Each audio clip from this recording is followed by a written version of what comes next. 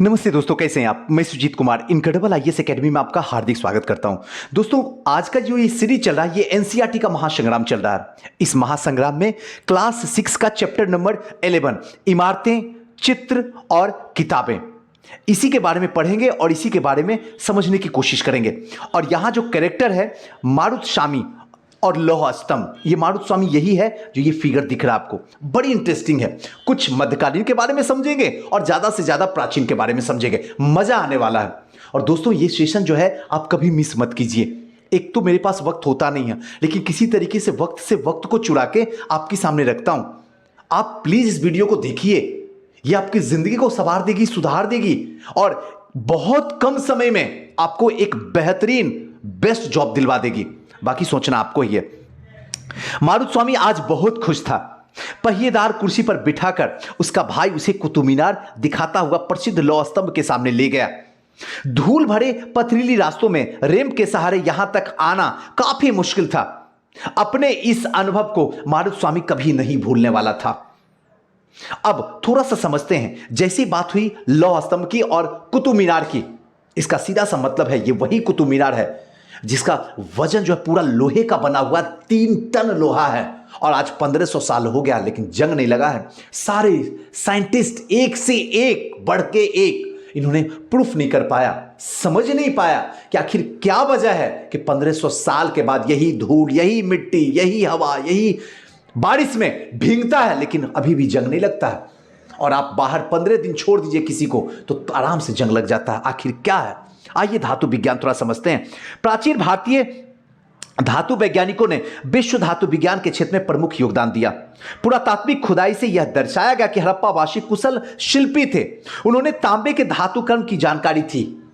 सबसे पहला जो धातु आया था वो तांबा ही था। हमेशा याद रखिएगा, क्वेश्चन कई बार पूछा जाता है। उसके बाद टीन आया। उसके बाद इन दोनों को मिक्स करके एक अलग से धातु बनाया गया जिसका नाम रखा गया कांसा। और इसीलिए हड़प्पा कालीन सभ्यता को हम कांस युगीन सभ्यता भी कहते हैं। इसी वजह से तांबा और टीन को मिलाकर कांसा भी बनाया गया, जहां हड़प्पावासी कांस युगीन से जुड़े और उन्होंने उत्तराधिकारी लौह युग से संबंधित थे। भारत अत्यंत विकसित किस्म के लोहे का निर्माण करता था। अत्यंत विकसित किस्म का, चाहे वो खोटा लोहा हो, पिटवा लोहा हो या फिर ढालवा लोहा हो। अगर लोहा को पूछे, लोहा तो हमको हर कोई जानता है, सबको पता है कि वैदिक काल के बाद लोहे की खोज हुई है। वैदिक युग में लोहे की खोज हुई है और वहीं के बाद उत्तर वैदिक काल हुआ। लेकिन किसी को यह पता नहीं है कि लोहा कितने तरीके से होते हैं। तो खोटा लोहा, पिटवा लोहा और ढलवा लोहा। लौह स्तंभ महरौली में कुतुब मीनार के परिसर में खड़ा यह लौह स्तंभ भारतीय शिल्पकारों की कुशलता का एक अद्भुत उदाहरण है, जिसकी ऊंचाई 7.2 मीटर, वजन 3 टन है।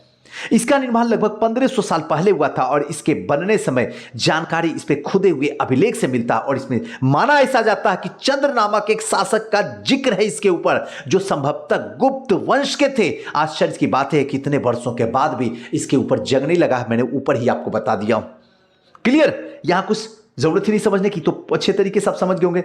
ईंट और पत्थर की इमारतें हमारे शिल्पकार कुशलता के नमूने स्तूपों जैसे कुछ इमारतें को देखने को मिलते हैं। स्तूप का शाब्दिक अर्थ टीला होता है। हालांकि स्तूप विभिन्न आकार के थे, कभी गोल, कभी लंबे, कभी बड़े, कभी छोटे। उन सब में एक समानता है। प्रायः सभी स्तूप के भीतर एक छोटा सा डिब्बा रखा होता था और इन डिब्बा में बुद्ध या फिर उनके अनुयायियों के शरीर के अवशेष रहते थे, जैसे दांत हो गया, बाल हो गया, चप्पल हो गया, पादुका हो गया, हड्डी हो गया, राख, इन सब की, या फिर कोई कीमती पत्थर हो गया या सिक्के को इसी डब्बा के अंदर रखा जाता था। और यह डब्बा यहां पे है, देखिए ये वाले पे। क्लियर? इसे धातु मंजूषा भी कहा जाता है। प्रारंभिक स्तूप धातु मंजूषा के ऊपर रखा मिट्टी का टीला होता था। बाद में टीले को ईंट से ढक दिया गया था। बाद के काल के इस गुंबदनुमा ढांचे को तराशते हुए पत्थर को ढक दिया गया। प्रायः स्तूप के चारों ओर परिक्रमा करने के लिए एक वृत्ताकार पथ बनाया गया था, जिसे क्या कहा जाता था? पद दक्षिणा पथ कहा जाता था। और इस रास्ते के रेलिंग से घेर दिया जाता था, जिसे वेदिका कहा। देखिए ये आप देख रहे होंगे, रेलिंग से घेरा हुआ ना, इसको वेदिका कहा जाता था। और ये जो है घेर प्रदक्षिणा पथ है। और ये जो आप देख रहे हैं ये क्या है, इसको समझिए। ये प्रवेश द्वार होता था। वेदिका में ही एक प्रवेश द्वार बना होता था। रेलिंग और तोरण प्रायः मूर्तिकला का सुंदर आकृति से सजे होते थे।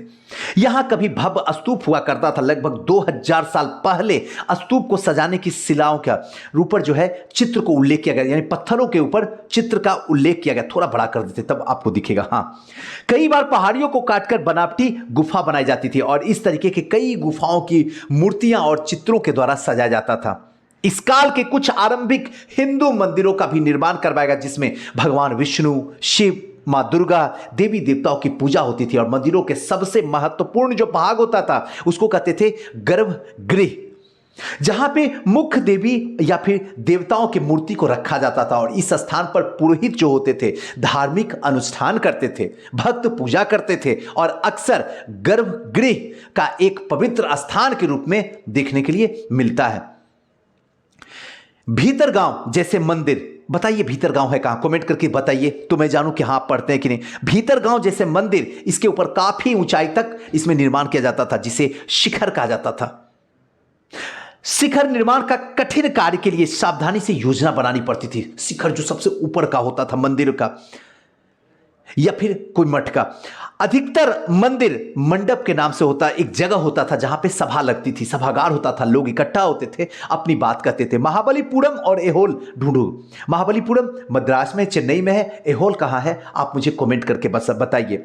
इन शहरों में पत्थर के बने कुछ उत्कृष्ट मंदिर हैं, इनमें से कुछ दिखाए गए, जरा देखिए। ये सब जो देख रहे हैं ये पत्थर का बना हुआ है, पत्थर को बना के इतना बेहतरीन तरीके से सजाया गया है। यहां पहले पहाड़ हुआ करता था, उसी को खोद खोद के पत्थर का रूप दे दिया गया। सोचिए उस समय कलाकार जो होते थे कितने निपुण होते थे, अंदाजा लगाइए। ये सब देख के तो पता चलता है।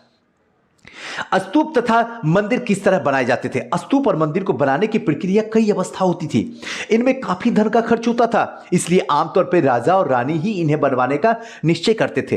पहला काम अच्छे किस्म के पत्थर को ढूंढकर शिलाखंडों को खोदकर निकालना होता था। फिर मंदिर और स्तूपों के लिए सोच विचार तय किए गए स्थान पे शिलाखंडों को पहुंचाना होता था।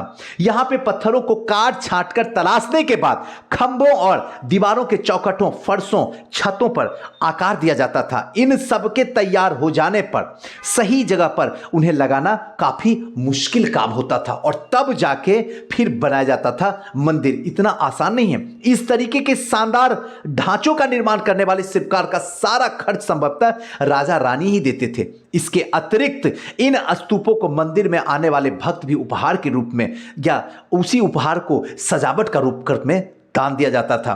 साथ साथ में दांत, हाथी के दांत दिए जाते थे, जिससे श्रमिक संघ जो है इस सांचा को अलंकृत प्रवेश द्वार पे तोरण के रूप में सजा दिए जाते थे। इसमें बहुत सारे व्यापारी होते थे, कृषक वर्ग होते थे, ये सब भी काम करते थे। स्त्री पुरुष शामिल होते थे जिनका खंभे या फिर रेलिंग के दीवारों पे इनका नाम दिया होता था। अजंता को ढूंढो, यहां भी सैकड़ों साल से पुरानी गुफाएं खोदी गई है, ज्यादातर जो है बौद्ध भिक्षुओं के रूप में यहां पे बनाया गया है। गुफाओं के अंदर अंधेरा होता था, इसकी वजह से यहां पे मशाल की रोशनी हमेशा जली होती थी, जिससे अंदर जो आकृति बनाई गई है उसे आसानी से देखा जा सकता। 1500 साल के बाद भी आज भी चमकदार है। ये रंग पौधा और खनिज से बनाए गए थे और ये महान कृति बनाने वाले कलाकार अज्ञात ही थे। क्लियर है? तो चलिए दोस्तों, एक सेकंड रुक जाइए, रुकिए। आइए, इस तरह से शानदार ढांचों का निर्माण करने वाले शिल्पकारों का सारा खर्च संभवतः राजा और रानी ही देते थे, क्योंकि इसमें बहुत ज्यादा खर्च होता था और कोई आम लोग इसको दे ही नहीं सकता था। इसलिए ऐसे स्तूप या फिर मंदिर जो बनते थे वो राजा रानी के सौजन्य से ही बनते थे। इसके अतिरिक्त इन स्तूप या मंदिर में आने वाले भक्त भी होते थे, कुछ जो उपहार लेके जाते हैं। आज भी आप मंदिर में जाते हैं या किसी के घर जाते हैं तो कुछ न कुछ गिफ्ट लेके जाते हैं। इसको जो है, जो गिफ्ट लेके जाते थे, इसको सजावट के रूप में इस्तेमाल किया जाता था। जैसे हाथी के दांत पर काम करने वाले श्रमिक ने संघ में सांची के अलंकृत प्रवेश द्वार, जिसको कहा जाता था तोरण, ध्यान रखिए, जो प्रवेश द्वार होता था उसको तोरण कहा जाता था, बनाने का खर्च जाता था। इनकी सजावट के लिए पैसे देने वाले व्यापारी जो होते थे, या तो व्यापारी कह सकते थे या कृषक कह सकते थे, माला बनाने वाले कह सकते थे, इत्र बनाने वाले कह सकते थे, लोहार, सोनार, ऐसे कई स्त्री पुरुष होते थे शामिल, जो क्या करते थे, गिफ्ट के रूप में या दान के रूप में देते थे। जिनके नाम जो है खंभा या रेलिंग पे लिखा होता था। आज भी आप लोग गांव में होंगे तो कई जगह आप देखते होंगे ये मंदिर है, इस मंदिर में इनके सौजन्य से बना है। जैसे जैसे जिस तरीके से अमाउंट दिया जाता है उसी क्रमबद्ध तरीके से उनका नाम लिखा जाता है। जो सबसे ज्यादा अमाउंट उनका सबसे ऊपर नाम होता है। तो ऐसा कभी मत समझिए कि ये आज की कायम का है, ऐसा कुछ नहीं है। ये प्राचीन काल से ही चलते हुए आ रहा है और ये भी एक इतिहास का ही हिस्सा है। अगर कंप्लीट रूप में जब क्लास 12 तक हम लोग पहुंच जाएंगे तो जीवन ही इतिहास है। Life is a history. इसलिए हिस्ट्री में थोड़ा सा अंदर जाइए, अंदर जाके समझिए, क्योंकि बिना इतिहास का आपका दरवाजा सक्सेस का खुल ही नहीं सकता है। लाख मिन्नत कर लो नहीं हो सकता, क्योंकि पहले ही प्रीलिम्स में ही आपको बाहर निकाल देगा। 35 क्वेश्चन धमाका ही धमाका करेगा। इसलिए इतिहास को गहराई से समझ लीजिए। और हम हैं तो किस बात का गम है, बस खाली शांति से सुनना है, समझना है, सीखना है और डूबते डूबते आगे निकलते चले जाना है। आइए चित्रकला को देखते हैं। अजंता को ढूंढो। ये चित्रकला में यह वही जगह है जहां पे पहाड़ों में सैकड़ों साल के दौरान जो है इसमें कई गुफाएं खोदी गई। इनमें ज्यादातर बौद्ध भिक्षुओं के लिए बनाए गए विहार थे।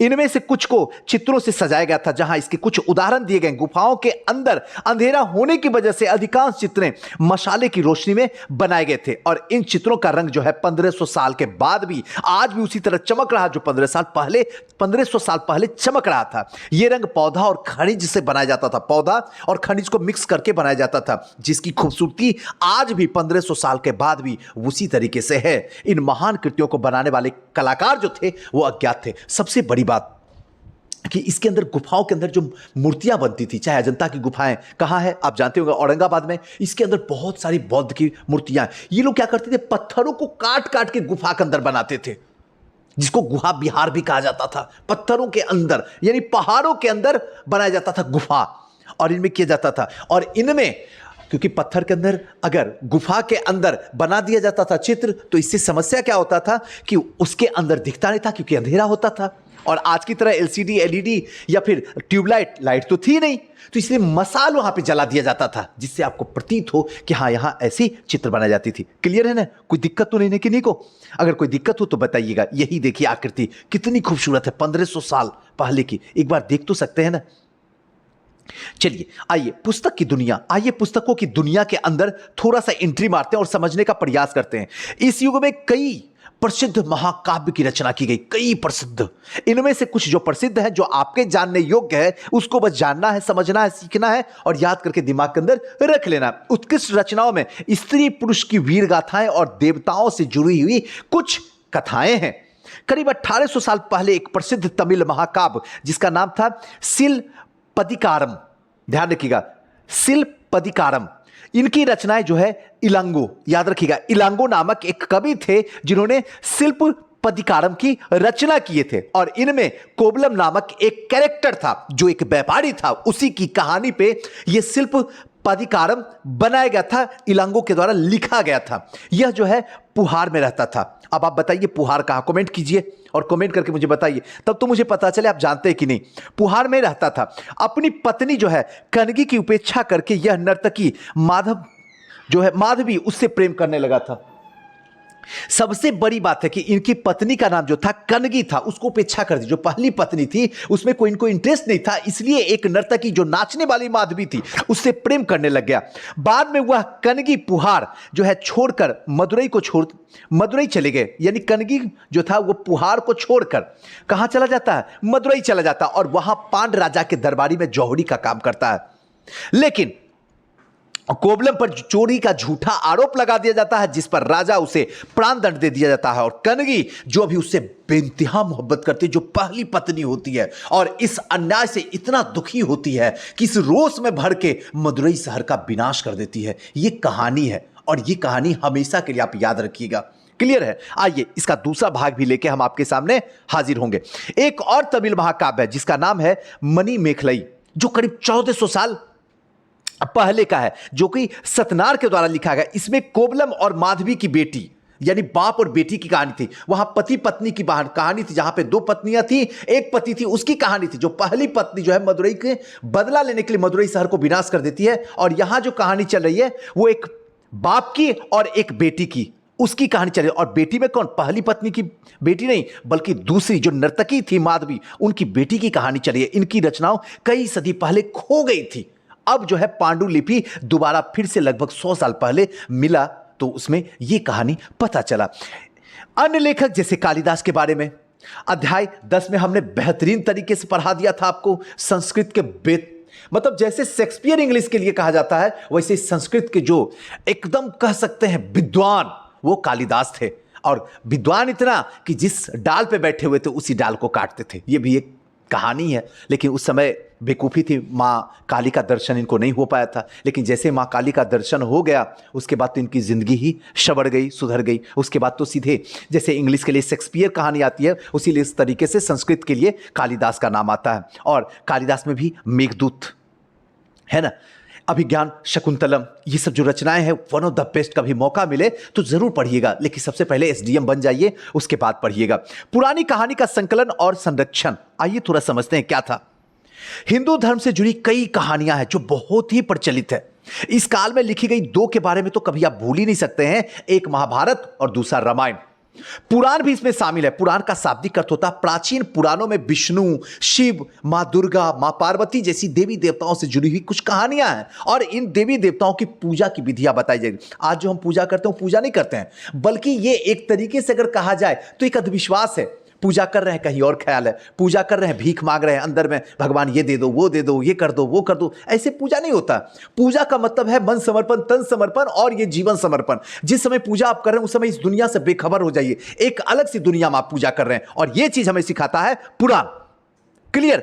इनमें इन देवी देवताओं की पूजा की विधियां बताई गई है। इसके अतिरिक्त इसमें संसार की सृष्टि और राजाओं के बारे में कुछ ऐसी कहानियां हैं जो हम पढ़ते हैं। अधिकतर पुराण सरल और संस्कृत श्लोक के द्वारा दिया गया है। इनमें से कई को हम सुन सकते हैं, समझ सकते हैं। स्त्रियां और शूद्र जिन्हें वेद पढ़ने का इजाजत कभी था ही नहीं। अगर प्राचीन काल से ही हम लेकर आपको चलें तो कभी भी स्त्रियों को वेद पढ़ने की इजाजत नहीं दी जाती है। अगर मान लीजिए मैं पंडित हूं, मैं ब्राह्मण हूं या मैं क्षत्रिय हूं, तो हमारी पत्नी भी तो क्षत्रिय होगी ना, हमारी पत्नी भी तो पंडित होगी ना अगर हम ब्राह्मण हूं तो।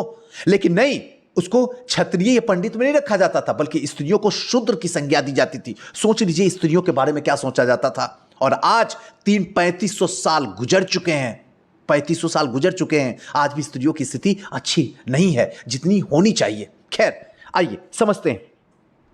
पुराणों में पाठ और पुजारी जो होते थे मंदिरों में किया करते थे, जिसे लोग जाके सुना करते थे। दो संस्कृत महाकाव्य जो सबसे इंपॉर्टेंट है, पहला महाभारत, दूसरा रामायण। दोनों ओर से लोकप्रिय हैं, दोनों की कहानी अपरंपार है। जीवन में इंसान अगर इस दोनों को पढ़ ले तो जीवन में फिर जीने की रस का आनंद ले सकता है। हालांकि आप रस के आनंद मत लीजिएगा, आप ज्ञान का ही आनंद लीजिएगा। ये दोनों हमें जीवन की यथार्थ को बताता है, यथार्थ को सिखाता है, एक मनुष्य रूपी इंसान बनाने की कोशिश करता है, जिसमें सक्सेस रूपी जो है, एक जो सबसे बड़ी जरूरत है मनुष्य की, वो भी इसी रामायण और महाभारत से ही निकलती है। इसमें जो है कौरव और पांडवों के बीच में युद्ध चलता है जो महाभारत का रूप धारण करता है। और इसी में भगवत गीता को भी रखा गया, जिसमें कृष्ण जो है अर्जुन को समझा रहे हैं, युद्ध करो, चाहे वो भाई हो, बंधु हो, दोस्त हो, परिवार हो। अगर अधर्म के रास्ते पे है तो सामने उसकी गर्दन को उड़ा दो, चाहे वो कोई भी हो, एकदम उड़ाओ। लेकिन फिर भी कहीं ना कहीं माया अंदर में रहती है अर्जुन को, और लास्ट में भगवान अपना उपदेश देते हैं, यह है गीता का वरदान। और फाइनली जाके युद्ध होता है, अधर्म का नाश होता है और धर्म की जीत होती है। उसी तरीके से आगे चल के एक बात और भी ध्यान रखना, रामायण में भी वही कहानी कही गई। यहां पे राम है जो कहीं ना कहीं पिता के श्राप से, पिता की दुआ से भी कर सकते हैं या पिता के आज्ञा से भी कर सकते हैं, तीनों बात कर सकते हैं। इनसे ये जंगल जाते हैं, इनको 14 वर्ष का वनवास मिल जाता है और इनकी पत्नी को रावण हरण कर लेता है। रावण हरण करके लेके चला जाता है, फिर जाके राम वहां पे पहुंचते हैं और अपनी पत्नी को छुड़ाते हैं। इसी बीच में एक युद्ध होता है जिसमें राम और रावण के बीच में होता है, रावण की मृत्यु हो जाती है और फिर से भगवान लौट के चले आते हैं। कौशल राजकुमार राम के बारे में इनमें कहा गया है, जिसमें वनवास हो जाता है। प्राचीन कहानी ये दोनों जो है सबसे प्रसिद्ध है और दोनों संस्कृत में लिखी गई है। एक जो है महर्षि वाल्मीकि लिखे हैं और एक वेद व्यास जी लिखे हैं। जो वेद व्यास जी लिखे हैं वो महाभारत है, जो महर्षि वाल्मीकि लिखे हैं वो रामायण है। अक्सर ना जाने कितने बार प्रीलिम्स में पूछता है, बच्चे बता ही नहीं पाते हैं, एकदम नहीं बता पाते। 6 क्लास का है, अब कहूं कि आप एनसीईआरटी पढ़िए, क्या सुजीत सर आप भी कहते हैं? अब हम लोग 25 साल की उम्र हो गए, एनसीईआरटी पढ़ने लायक उम्र रही है, और उसमें भी छठा क्लास का, 6 क्लास का।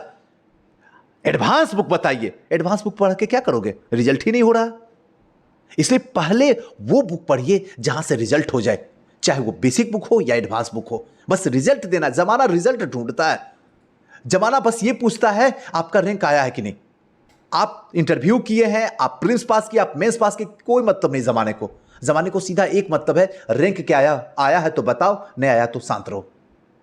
तो हम भी उसी तरीके से चलेंगे और आपको भी उसी रास्ते पे हम लेके चलेंगे। आइए नेक्स्ट चलते हैं। आम लोगों के द्वारा कही जाने वाली कुछ कहानियां हैं। आम लोगों की कहानी कहते हैं कि कविता और गीतों की रचना के द्वारा करते थे। ये गाते थे, नाचते थे, नाटक खेलते थे। इनमें कुछ तो आसपास के समय में जातक या पंचतंत्र की कहानियों के रूप में लिखकर सुरक्षित कर लिए जाते थे। जातक कहानियां अक्सर ये पूछी जाती है जो भगवान बुद्ध के बारे में है। इसमें है कि भगवान बुद्ध के बारे में बहुत अंधविश्वास वाली कहानी, बहुत पुरानी पुरानी बातें हैं जो अक्सर आप लोग मोटिवेशनल वीडियो देखते हैं ना यूट्यूब पे। एक राजा था, अपनी पत्नी के साथ जा रहा था, उसके बेटे की मृत्यु हो गई, वहां से राजा का दिमाग आया। ये सब क्या है? जातक कहानियां हैं जिसको मोटिवेशनल में पिरो के आपके सामने पेश किया जाता है। ये सब जातक कहानियां हैं, मनगढ़ंत कहानियां हैं जिसके कुछ उद्देश्य होते हैं, जिस उद्देश्य को निचोड़ के आपके सामने रखा जाता है। आइए थोड़ा सा समझते हैं। चलिए, विज्ञान की पुस्तकें इस समय जो है गणितज्ञ और खगोल शास्त्री आर्यभट्ट का नाम तो सुने ही होंगे। जो पहला प्रक्षेपास्त्र छोड़ा गया था उसका नाम भी आर्यभट्ट था। संस्कृत में आर्यभट्टियम नामक पुस्तक लिखे हैं आर्यभट्ट, याद रखिएगा संस्कृत में। इन्होंने लिखा है कि दिन और रात पृथ्वी के अपने धुरी पर चक्कर काटने की वजह से होती है। सोचिए, कोई इंस्ट्रूमेंट भी नहीं है उस टाइम में, बता रहे हैं आर्यभट्ट। और आर्यभट्ट है किस टाइम में? गुप्त वंश में। जरा आकलन कीजिए कि कोई इंस्ट्रूमेंट भी नहीं है, उसके बाद भी इंसान बता रहा कि अगर पृथ्वी अपनी धुरी पर चक्कर काटने की वजह से ही दिन और रात होता है, जबकि लगता है कि रोज सूर्य निकलता है और डूबता है। उन्होंने ग्रहण के बारे में एक वैज्ञानिक तर्क दिया। उन्होंने वृत्त की परिधि को मापने की विधि ढूंढ निकाला। और अक्सर हम लोग वृत्त की परिधि मापते थे जो चारों तरफ से पूरा एक वृत्ताकार हो जाए, और उसका आधा जो होगा वो क्या होगा? व्यास होगा, और उस आधा का जो आधा होगा वो त्रिज्या होगा। ये तो आप अच्छे तरीके से जानते हो। जो लोग मैथ्स जानते होंगे वो मेरी बात को समझ रहे हो, जो लोग नहीं समझ रहे कोई बात नहीं है, कोई दिक्कत नहीं है, बस समझना ही तो है। उन्होंने वृत्त की परिधि को मापने की विधि को ढूंढ निकाला। और आज जितनी भी आज प्रयुक्त होने वाली विधियां हैं, चाहे वो 12 मिहिर की बात हो जाए, ब्रह्मगुप्त की बात हो जाए, या भास्कराचार्य की बात हो जाए, कुछ अन्य गणितज्ञ या खगोल वेदा हैं जिन्होंने कई खोज की और इनके बारे में पता लगाया। जो कल वो उन्होंने बताया था वो आज डाटा भी एकदम एग्जैक्ट बैठता है। आज इतना इंस्ट्रूमेंट, इतना टेक्नोलॉजी होने के बाद भी वही चीज डाटा बता रहा है जो वहां बताया जाता था। खैर, आइए अंकों का प्रयोग, और ये बड़ा इंपॉर्टेंट है। कई बार पूछता है कि शून्य किसने दिया, आप लोग कंफ्यूज कर जाते हैं और बताते हैं रोम। गलत है। आप बोलते हैं चाइना, एकदम गलत है। शून्य हिंदुस्तान ने दिया है और कोई दूसरा देश ने नहीं दिया। अंकों का प्रयोग पहले से तो होता आ रहा, अंकों में कोई समस्या नहीं है। अब भारत के गणितज्ञ ने शून्य के लिए एक नए चिन्ह का आविष्कार किया। शून्य के लिए चिन्ह कि भाई शून्य दिया जाए तो कैसे चिन्ह दिया जाए, और वो कैसा दिया? वृत्ताकार दिया, पद के रूप में दिया। गिनती की इस पद्धति अरबों के द्वारा अपनाई गई थी। जो गिनती की पद्धति 1 2 3 4 5 6 7 ये अरब दिए थे ये पद्धति, ये चीज ध्यान रखिएगा। फिर धीरे धीरे यूरोप में फैली और आज पूरी दुनिया में इसका प्रयोग हो रहा। उसी तरीके से आयुर्वेद की बात कर रहे हैं, चाहे कितनी भी आयुर्वेद हो जाए, ये हमारा हिंदुस्तान से निकल के गया है। आयुर्वेद चिकित्सा विज्ञान का एक विख्यात प्रसिद्ध है जिसमें प्राचीन भारत में विकसित हुई थी। प्राचीन भारत में आयुर्वेद के 2 प्रसिद्ध चिकित्सक हुए, हमेशा नाम याद रखना है। पहला चरक और दूसरा सुश्रुत, ध्यान रखिएगा। क्लियर है ना? दोनों चरक के द्वारा जो रचित की गई थी उसका नाम पुस्तक का था चरक संहिता औषधि शास्त्र की एक उल्लेखनीय पुस्तक है। और अपनी रचना में सुश्रुत संहिता में सुश्रुत जो थे वो शल्य चिकित्सा की विधि के में, सोचिए उस समय ऑपरेशन, अंदाजा लगा लीजिए आज से 1500 साल 2000 साल पीछे जाके जब आपको हम बताएं कि उस समय ऑपरेशन हुआ करता था, आपको क्या लगेगा? क्या सुजी सर मजाक कर रहे हैं? मजाक नहीं कर रहे हैं, हो गया था। और इसके प्रमाण भी मिले हैं, इसके प्रमाण मिले हैं। छोड़ दीजिए 3500 साल पहले हड़प्पा में जाके देखिए, मिला हुआ है प्रमाण। अब अंदाजा आप लगा सकते हैं इससे। खैर, अंदाजा तो आप लगा ही रहे होंगे। चलिए आइए निकालिए थोड़ा मैप और थोड़ा समझते हैं क्या है कहानी कागज की। कई बार पूछा जाता कि कागज का आविष्कार कौन सा देश ने किया, और अक्सर आप कंफ्यूज कर जाते हैं। कागज आज हमारी रोजमर्रा की जिंदगी का हिस्सा बन गया है। जो किताबें हम पढ़ते हैं वे कागज पर छपी होती है। उसी तरीके से लिखने के लिए भी आज हम कागज का ही उपयोग करते हैं। कागज का आविष्कार करीब 1900 साल पहले काई लून, याद रखिएगा, लून लून याद रहेगा ना, लून, काई लून नामक व्यक्ति ने किया था, जो चीन में किया था।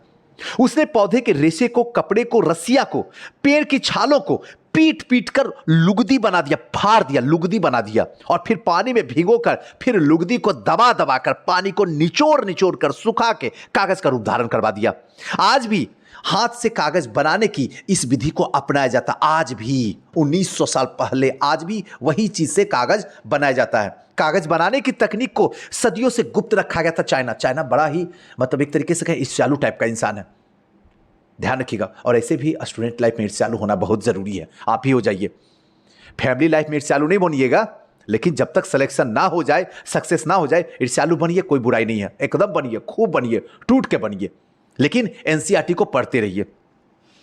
चलिए आगे चलते हैं, थोड़ा समझते हैं। कागज बनाने की तकनीक सदियों पहले गुप्त रखा गया था और 1400 साल पहले यह कोरिया तक पहुंच गया, लेकिन इंडिया तक नहीं पहुंच पाया। जबकि बगल में एशिया में ही हो रहा था, इंडिया में नहीं पहुंचा। कोरिया पहुंच गया, जापान पहुंचा, लेकिन इंडिया ने, अभी भी इंडिया नहीं पहुंचेगा, याद रखिएगा, अभी और कहानी घूमेगी।